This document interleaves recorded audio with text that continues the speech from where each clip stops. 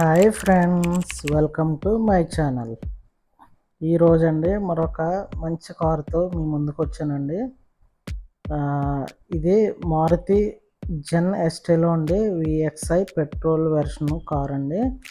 ఇది 2008 మోడల్ అండి. లైఫ్ వచ్చేసి 2029 2029 వరకు లైఫ్ ఉందండి. ఇంకోటి ఏంటంటే కిలోమీటర్స్ 32,000 కిలోమీటర్లు మాత్రమే బండి తిరిగిందండి.